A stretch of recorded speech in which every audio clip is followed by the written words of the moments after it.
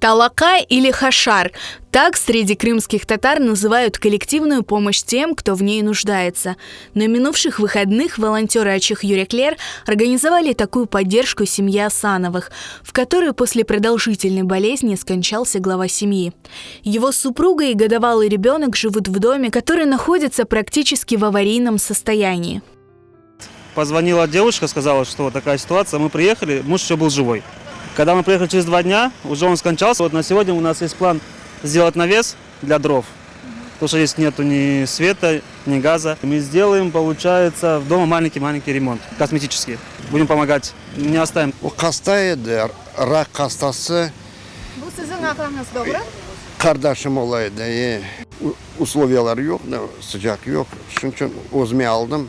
İnşallah bunu remontunu etsek, onlar da geçecekler yaşamaya inşallah.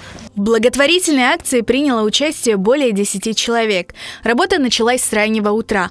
Привезли инструменты, стройматериалы и приступили к восстановлению дома.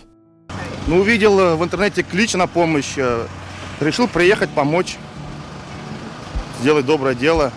Чем можем, тем поможем. В чем плюс? Сплоченность народа, такую тяжелую минуту, поднять, что мы, показать, что мы единые, что в любой сложной ситуации мы можем собраться вот так и помочь. İşte балалар хабар еттілер, более қоранта бар екен, более алда қалған екен. İşte мен де қосылдым. Біздің борышымыз қосылмақ, yardım etmek, более тәдбірлерде халықтың бірлестіре, адамдар бірлестіре, бір-бірімізге yardım etmek керекміз.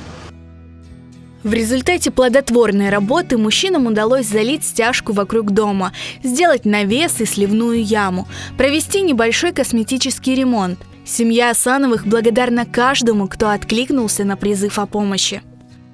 Allah yardımcı olsun sizge. Çok sizge sağ olun maşallah. Bizim halkımızga birlik olayık inşallah.